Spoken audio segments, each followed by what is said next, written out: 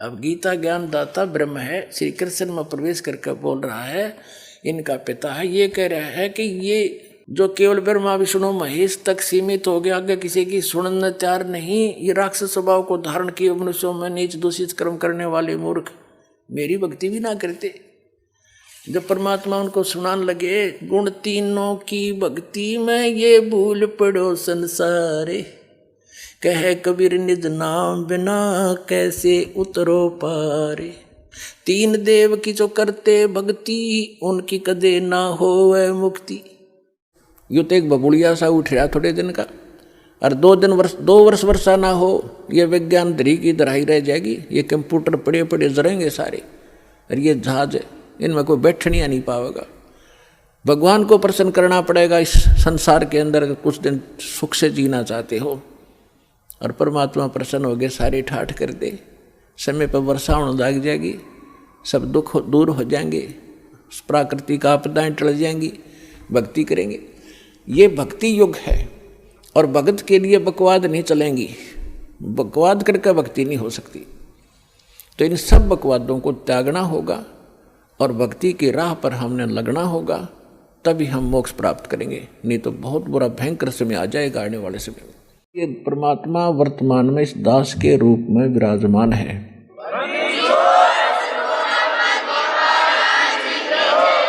कहते हैं शास्त्रों में लिखा कि तपेश्वरी सो राजेश्वरी। तपेश्वर यानी जो घना तप करता है वो ज्यादा समय तक राज्य करता है, और तपेश्वरी सो राजेश्वरी, राजेश्वरी सो नरकेश्वरी। और जितना घना राज करेगा वो घने दिनों तक, ज्यादा दिनों तक नरक में ठोका जाएगा, उतना ही ज्यादा उसका नरक तैयार होगा। किन राजाओं का जो भगवान से डरने वाले नहीं, यथार्थ भक्ति नहीं करते। यदि भगवान से डरने वाला राजा हो और सत साधना करे, और फिर वो अपने राजकाज में किसी को सतावा नहीं, दंड नाजायज दे नहीं, तो उस राजा पे भार नहीं बनता, क्योंकि वो भगवान से डरने वाला होता है, वो अन्याय अत्याचार नहीं कर सकता। प्रियव्रत नाम का एक व्यक्ति था, उसने बहुत वर्षों तक तप किया, हजारों वर्षों तक। सदग्रंथों में लिखा उसने 11 अरब वर्ष तक तप किया, और फिर 11 अरब वर्ष तक ही उसको राज्य मिला। तो फिर उसको यम के दूत आए लेने के लिए, पार्षद आए लेने के लिए, कहा कि प्रियव्रत चलो तेरा समय पूरा हो गया। अब वो राजा कहता है कि पार्षदों मुझे कुछ समय और जीने दो, मुझे कुछ श्वास और ले लेने दो। देवदूतों ने कहा कि खबरदार, जब और एक भी सांस लिया तो तेरे लिए अलाउड नहीं रहा। उसी समय शरीर से खींच लिया, बाहर निकाल लिया और लेकर चल पड़े। धर्मराज के दरबार में जाकर धर्मराज ने पूछा, कुछ कमा के लाया कि खाली आया? वहां जाकर प्रियव्रत को पता लग गया था कि मनुष्य जीवन जिस उद्देश्य से मिला था वो काम बना को नहीं। कहने लगा जी खाली आया, और कहा मुझे कुछ समय और दे दो, मैं भक्ति करूंगा, बकवाद नहीं करूंगा। अब धर्मराज ने कहा भाई मैं तो सत का राज करूं हूं, जिसा जिसने किया उसा फल देता हूं, मैं ना घटा सकूं ना बढ़ा सकूं, ना तो फिर दोबारा मनुष्य जीवन नहीं दे सकता। तने 11 अरब वर्ष तक तप कराया था, इतना राज कर लिया। और ये जो भक्ति करनी थी इसमें कोई सांस भगवान के नाम पर तने लाया को नहीं। अब नरक में जा बेटा, ठोक दिया ठाके, वहां कोई ना सुनता कि क्या काम हम कर रहे थे, करना क्या चाहिए था हमने। उसके लिए परमात्मा ने से फिर कैसी पुकार करती है, सतगुरु ने आड़ जगाई सखी, बरम भूल में सोऊं थी, साहेब ने आड़ जगाई है सखी, बरम भूल में सोऊं थी। तो पुण्यात्माओं, सतगुरु शरणा आके धर्मराज डर कैसा। धर्मराज के कहते हैं चित्रगुप्त के कागज की रूम मेटू सकल बखेड़ा। इस चित्रगुप्त यानी इस धर्मराज के कागज पाट दूं, सतगुरु जो चावे सो कर ही। कबीर साहिब के विषय में गरीबदास जी कह रहे हैं, सतगुरु जो चावे सो कर ही, 14 कोट दूत जम डर ही, ऊत भूत जम त्रास निवारे। और चित्रगुप्त के कागज पाड़े, आपके कर्म के लेख कबीर साहब मिटा सकता है। जम जो राजा से डरे, मिटे कर्म के लेख, अदली असल कबीर हैं ये कुल के मालिक एक। गुण तीनों की भक्ति में ये भूल पड़ो संसारे, कह कबीर निज नाम बिना कैसे उतरो पार। तीन देव की जो करते भक्ति, उनकी कुछ ना हो वह मुक्ति। अब कर दिया स्पष्ट परमात्मा की वाणी से। परमात्मा की इस वाणी को सिद्ध करने के लिए, सत्य को सत्य सिद्ध करने के लिए ये इतने प्रमाण आपको देने पड़े, तब आपका गला उतरी होगी।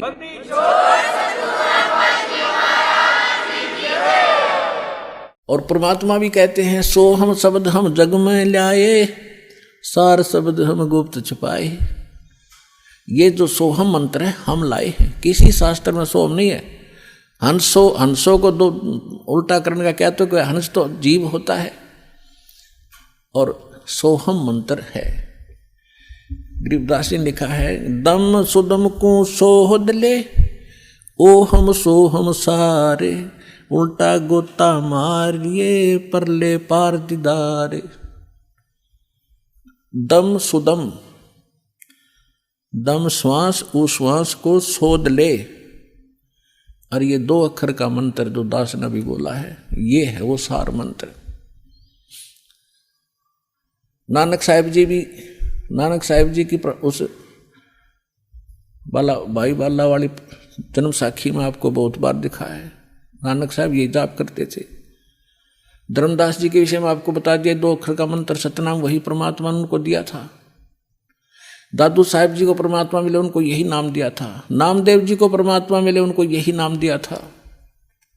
नामा छिपा ओम तारी, पीछे सोहम भेद विचारी, सार शब्द पाया जद लोई, आवागमन बहुर ना हुई। अकेले सतनाम से भी पार नहीं होगा, 2 अक्षर के मंत्र से भी। ये सार नाम जरूरी है। जैसे हम हैंडपंप लगाते हैं, हमारा उद्देश्य जल प्राप्ति करना है, और जल प्राप्ति के लिए जो साधन है, बोकी और पाइप, ये हमारे पूज्य नहीं है, ये इंस्ट्रूमेंट हैं उस जल को पाने के लिए। परमात्मा प्राप्ति के लिए ये मंत्र जो हैं, ये हमारे पूज्य नहीं है, ये हमारे इंस्ट्रूमेंट हैं। ये मंत्र उस परमात्मा को पाने के लिए, तो हम श्वास उश्वास से इनकी बोकी लावांगे। और बोकी का काम है, पानी जहां जल है वहां तक पाइप पहुंचा दी। जल नहीं मिला, पहुंच गई अवश्य, लेकिन उसके बाद फिर हैंडपंप नारी मशीन लगानी पड़ती है और उसकी भी क्रिया करनी पड़ती है, तब वो जल निकलेगा। तो सतनाम तो समझ लो बोकी और पाइप है, और सारनाम वो हैंडपंप है मशीन ऊपर की, और फिर उसकी क्रिया करेंगे जब वो जो वस्तु निकलेगी वो है जो हमारा उपास्य है। सतगुरु आए दया करी, ऐसे दीन दयाले, बंदी छोड़ वृत्तास कहा, जठरगनी प्रतिपाल। सतगुरु आए दया करी, ऐसे दीन दयाल। होय होय, हम किसी भयंकर गलती करके आए सतलोक में, बड़ी थाली का ठोकर मार के आए हम, और आज हम एक टुकड़े के लिए कोई देश जाता है, कोई प्रदेश जाता है। उसके लिए गरीबदास साहिब जी कहते हैं, उत्तर दक्षिण पूरब पश्चिम फिरदा दाणे दाणे नो, सर्व कला सतगुरु साहिब की, हरि आए हरि आने नु।